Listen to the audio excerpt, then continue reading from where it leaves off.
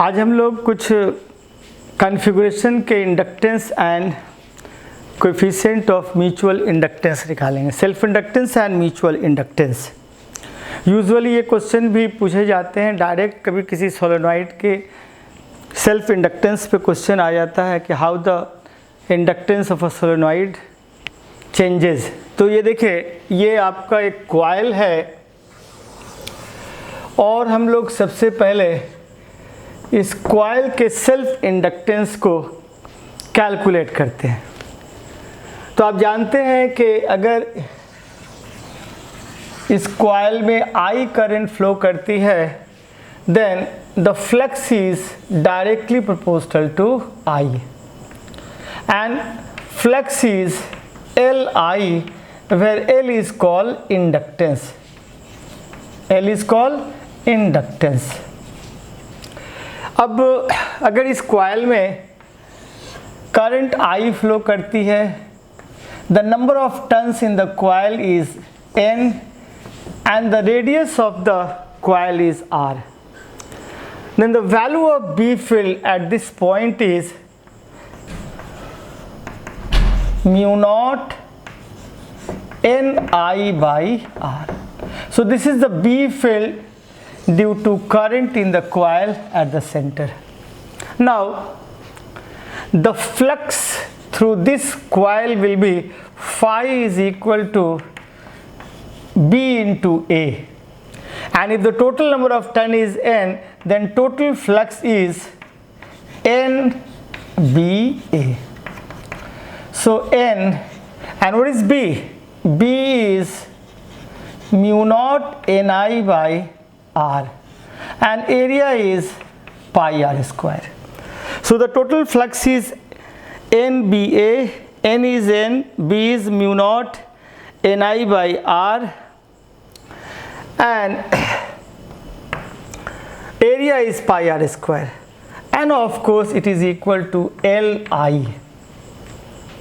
From here the equation number 1 and this equation number 2, तो I से I को cancel कर देंगे हम लोग, तो आपके इंडक्टेंस का वैल्यू हो जाएगा mu not N square pi R square divided by R.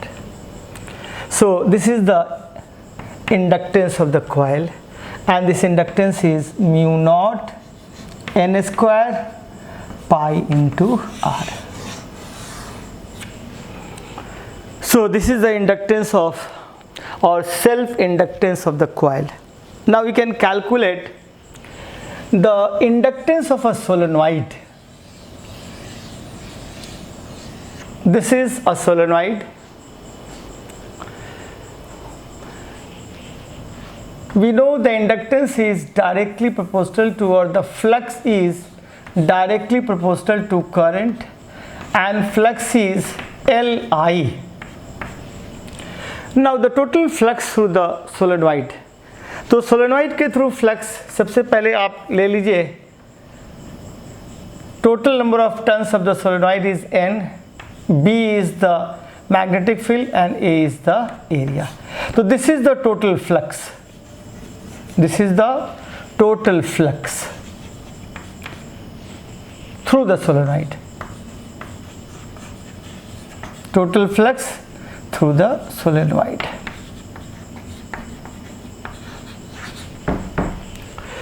तो ये आपका N हो जाएगा N into L, where N is the number of turns per unit length, L is the length.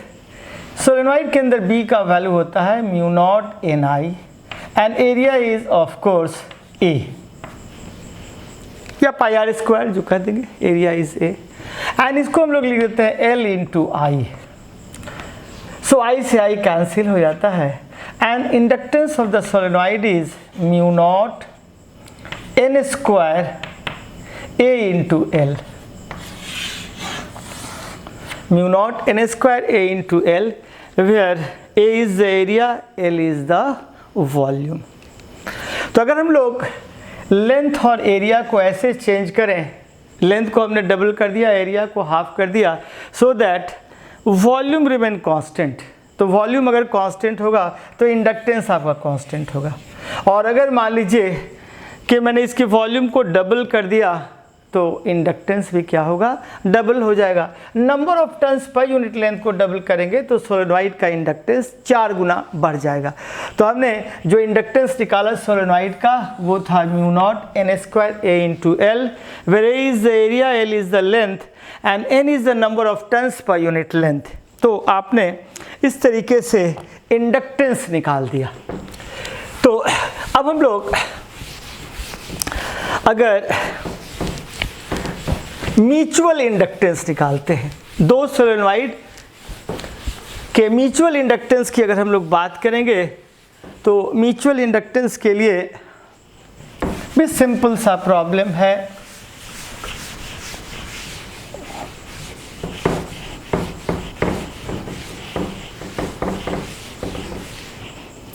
तो this is the solenoid having number of turns n1, area of cross section small a and length say L. Now this is the solenoid, ये जो solenoid है इसका area of cross section A है solenoid number 2 का, and L इसका length है, number of turns N2 है, इसका नंबर ऑफ टर्न्स N1 है। ये सोलेनॉइड नंबर 1 है, ये छोटा सा सोलेनॉइड, ये सोलेनॉइड नंबर 1 और सोलेनॉइड नंबर 2। तो सोलेनॉइड नंबर 1 में number of turns N1, area A and length L। Now the current in solenoid 1 is I1। अगर इसके थ्रू करंट आपका I1 है तो आप क्या कहेंगे, इसमें बी फील्ड का वैल्यू क्या होगा इसके through, the magnetic induction vector, magnetic induction B,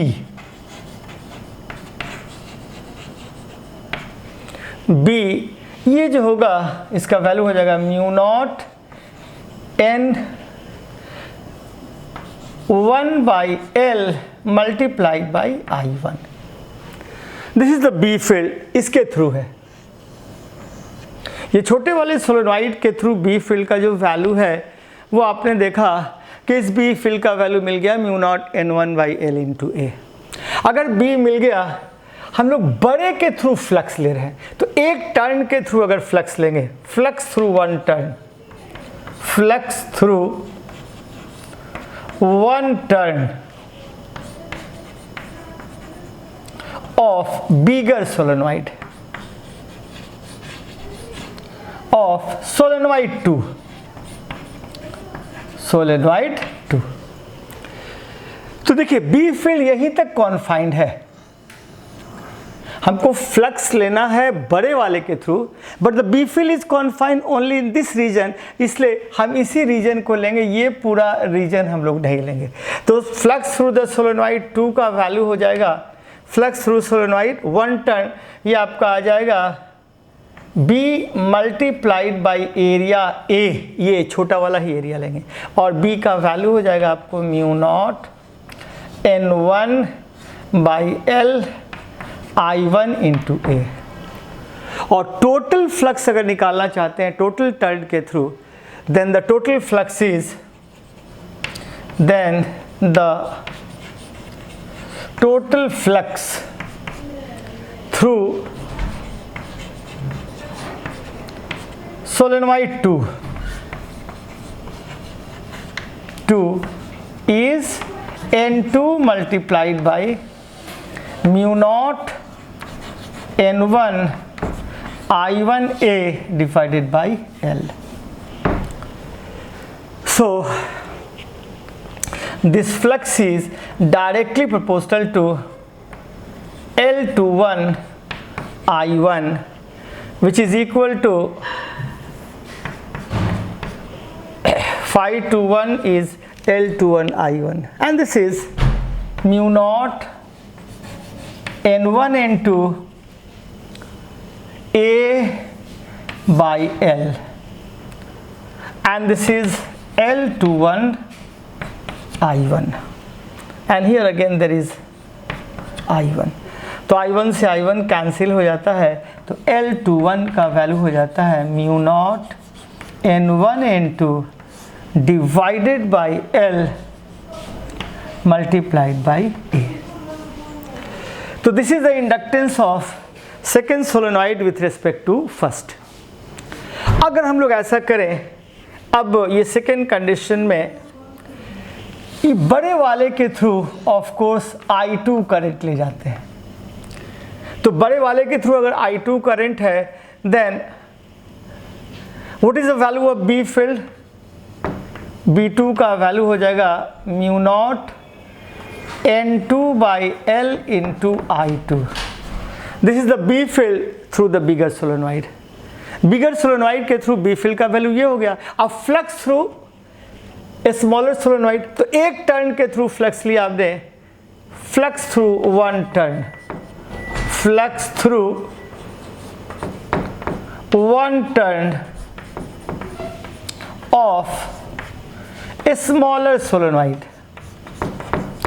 smaller solenoid, ये हो जाएगा आपका mu naught N2L I2 multiplied by A. अब हम लोग स्मॉलर सोलेनॉइड के टोटल फ्लक्स को निकालना चाहते हैं, तो N1 से मल्टीप्लाई कर देंगे. तो फ्लक्स थ्रू और other total flux through solenoid 1 is N1 multiplied by mu naught N2 I2 into A divided by L. और इसको हम लोग लिख सकते हैं phi 1 2 is equal to L12 I2, inductance of 1 with respect to 2. और इसको हम लोग लिखेंगे, देखिए N1 N2 mu naught I2 A divided by L is equal to L12 I2. I2 से I2 cancel. What is L12? L12, this is your equation number 1 and this is your equation number 2. तो from 1 and 2 we can say that, एक और दो से हम लोग ये कह सकते हैं कि mu naught N1 N2 A by L and mu naught N1 into A by L, inductance of solenoid 1 with respect to 2 and inductance of 2 with respect to 1, दोनों का वैल्यू सेम है. तो यहाँ हम लोग लिख सकते हैं फ्रॉम 1 and 2, एक और दो से हम कह सकते हैं कि L12 is equal to L21. आपका L12 का वैल्यू है mu naught N1 N2 A divided by L, और L21 का वैल्यू भी है mu naught N1 N2 L multiplied by A. तो यहाँ हमने देखा कि सोलेनॉइड 2 एंड सोलेनॉइड 1, तो इंडक्टेंस ऑफ सोलेनॉइड 2 और mutual inductance of 2 with respect to 1 and mutual inductance of 1 with respect to 2, दोनों का वैल्यू बराबर होता है. That is called reciprocity theorem. Reciprocity theorem means if I current is flowing through the smaller solenoid and we are going to calculate the flux through bigger one, and if the same current I is flowing through the bigger solenoid and we are going to calculate the flux through a smaller one, the value of magnetic flux are same. That means magnetic flux through the smaller solenoid when the current I is flowing through the bigger, and the magnetic flux through bigger solenoid when the current I is flowing through the smaller, both are same, and this is called reciprocity theorem. तो आज हम लोग इस पे यही lecture करते हैं. अगले क्लास में हम लोग रेसिप्रोसिटी थ्योरम पे कुछ प्रॉब्लम करेंगे. Thank you.